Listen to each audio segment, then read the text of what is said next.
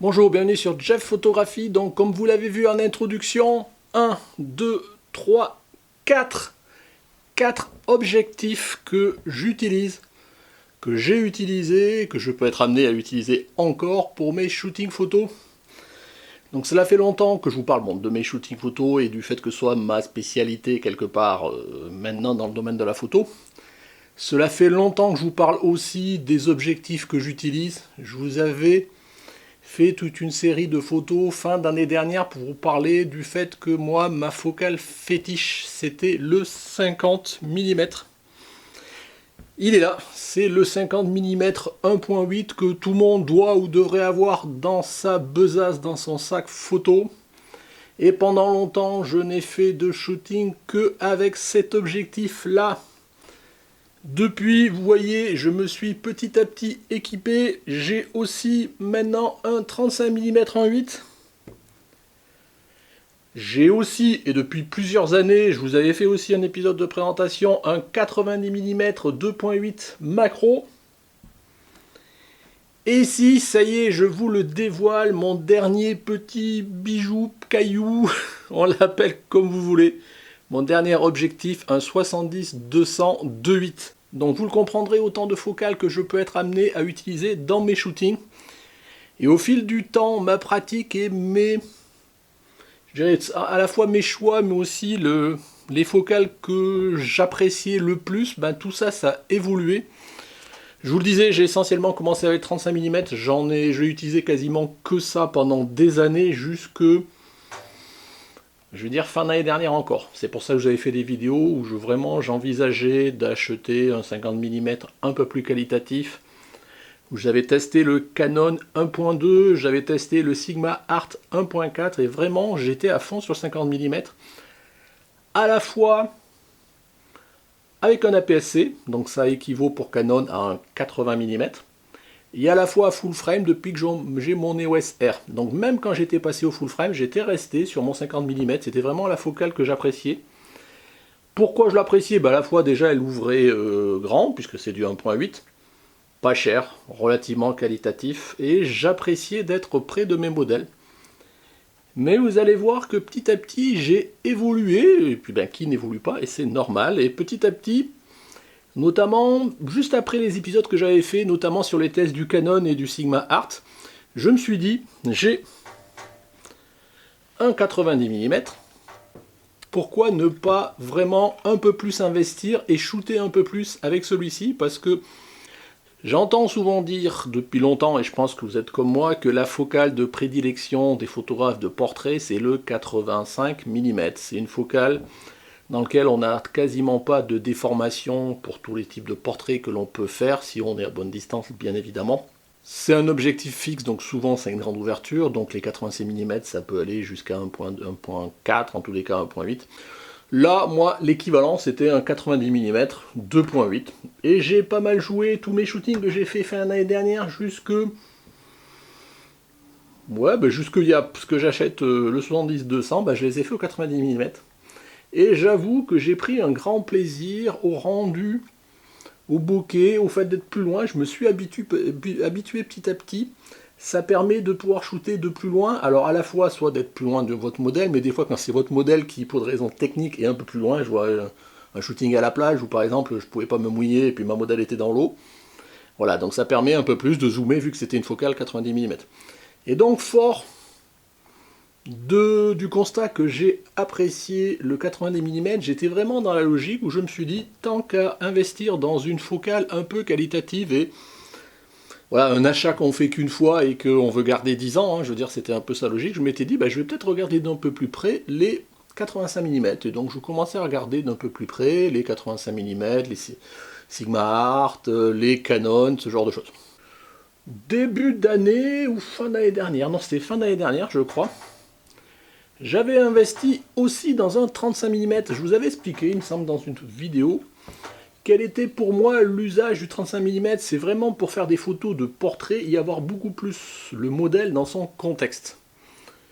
Ça, c'était vraiment le premier choix et j'ai quelques photos où ça m'a bien servi en extérieur.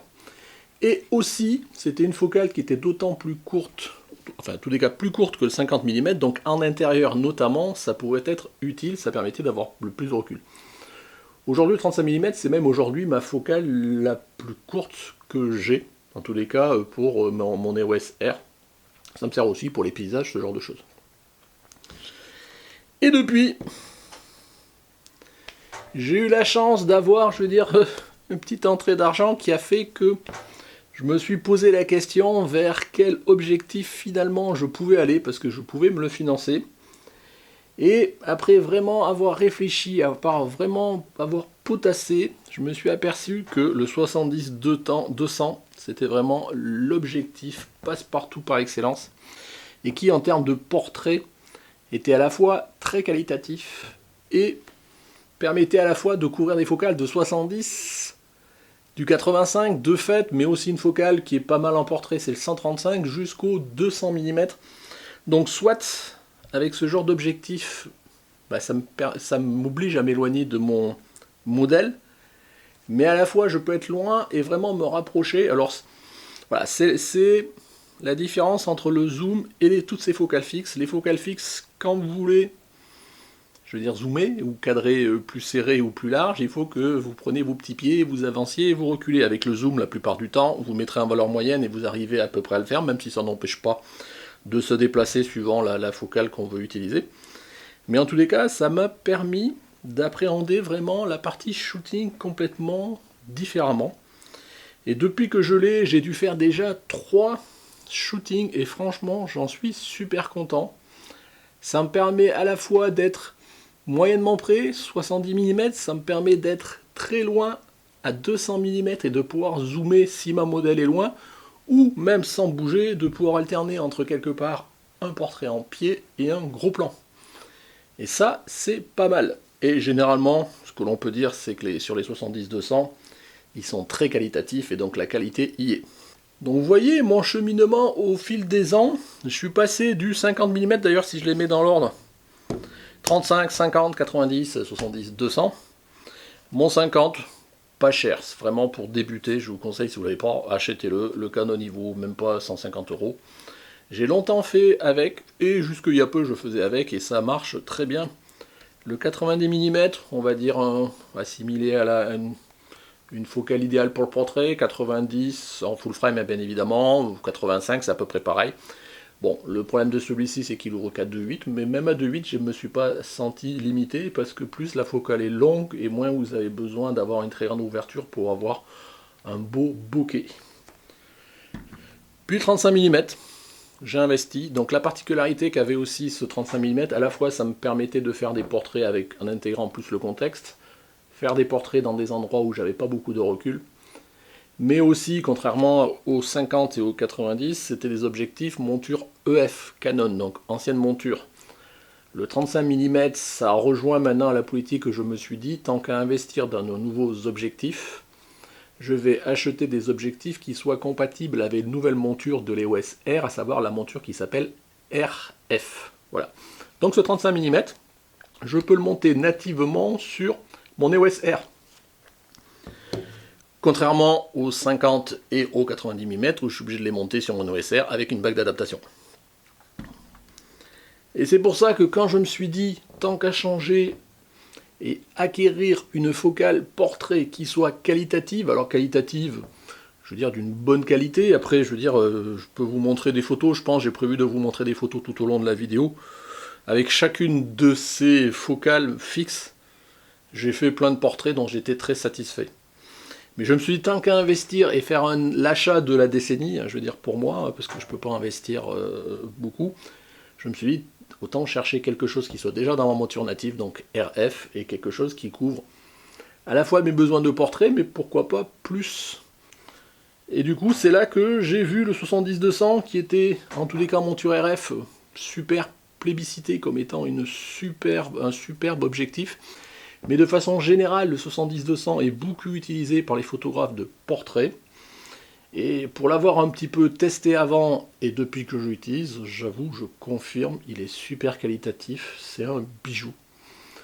Coûte très cher, mais j'en reviendrai parce que là la vidéo c'est pas tant de faire une vidéo de test de cet objectif là, j'en ferai, je continue à faire je dirais mes tests terrain pour vous en faire un retour un peu plus tard. Mais c'est plus pour pour vous expliquer comment ce 70-200 maintenant il s'insère dans ma pratique de la photo de portrait. Mais avec un 70-200, vous pouvez faire de la photo de portrait, vous pouvez faire la photo d'architecture, la photo de rue en étant un peu plus loin par rapport potentiellement aux personnes que vous voulez photographier.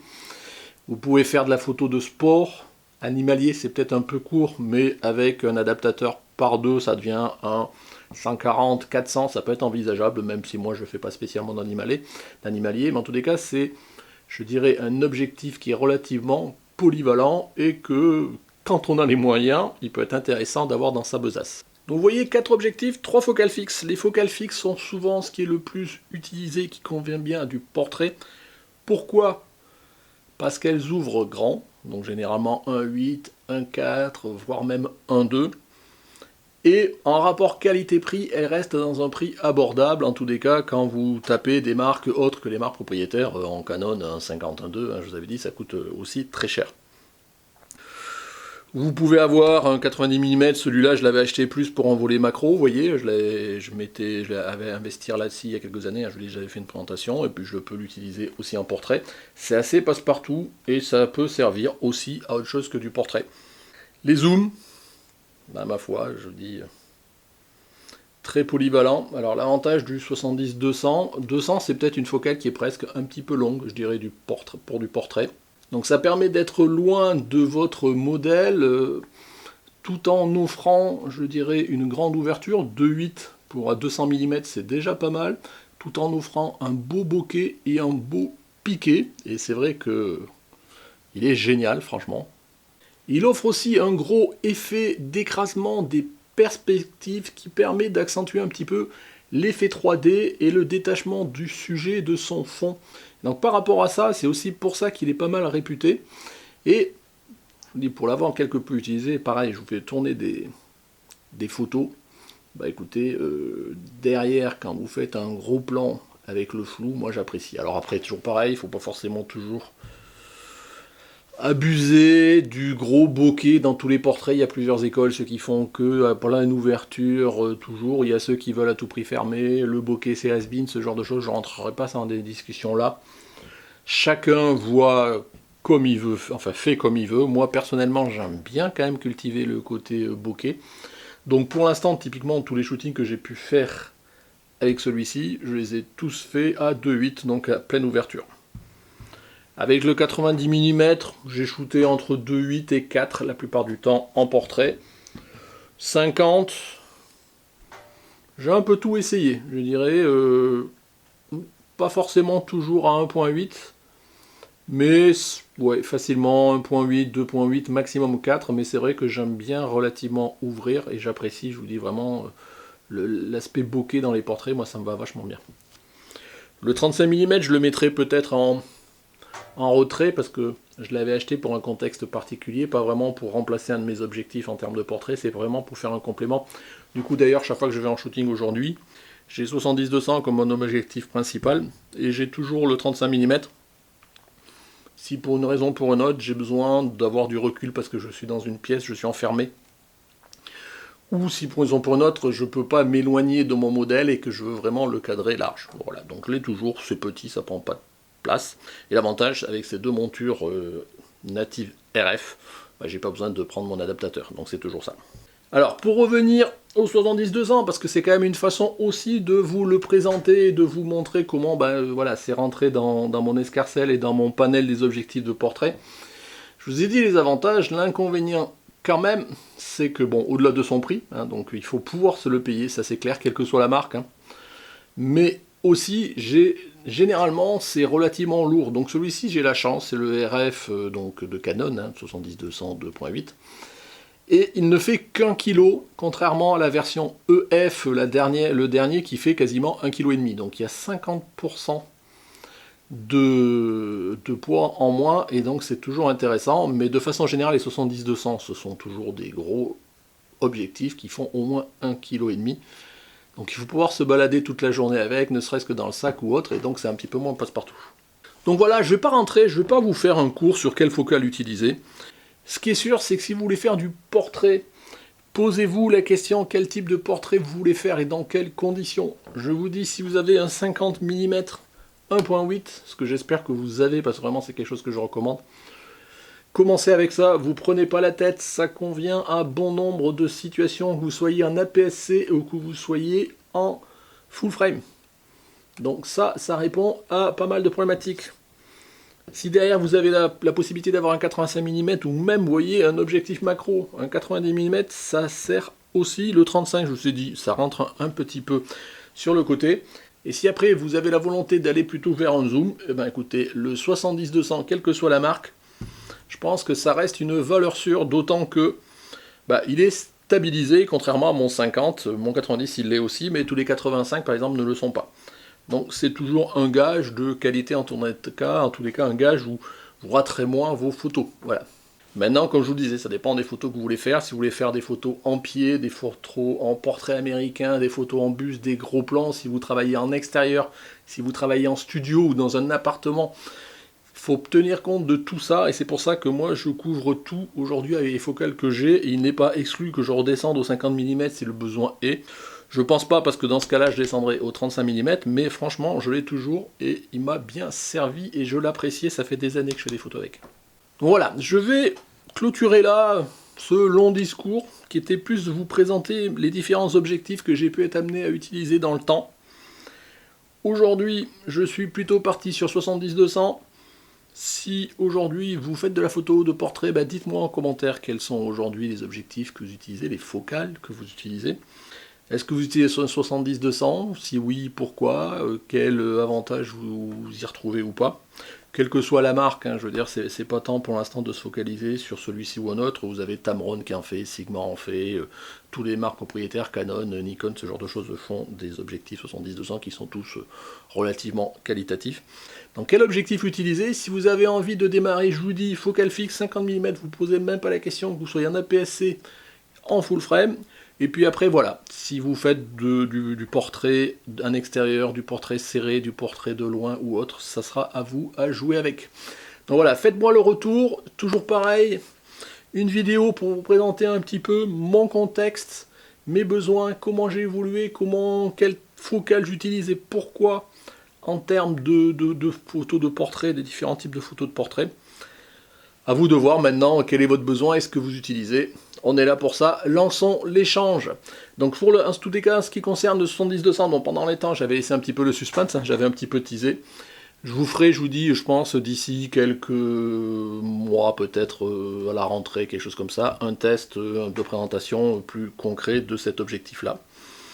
Donc voilà. Mais je ne vais pas rentrer dans le détail, c'est pas l'idée de présenter cet objectif au-delà de la focale 70-200 2.8 qui est top pour moi, je trouve, pour le portrait. Voilà, écoutez, merci de m'avoir suivi. Donc comme d'habitude, si vous avez aimé cet épisode, un petit pouce bleu, n'hésitez pas à mettre des commentaires, c'est là pour ça, c'est une plateforme d'échange entre vous et moi, entre vous et vous. Vous le savez très bien, si vous n'êtes pas abonné, c'est ici que ça se passe. Vous voulez soutenir la chaîne, vous avez le Tipeee. Voilà, merci de m'avoir suivi, bonnes vacances à tous. Au revoir.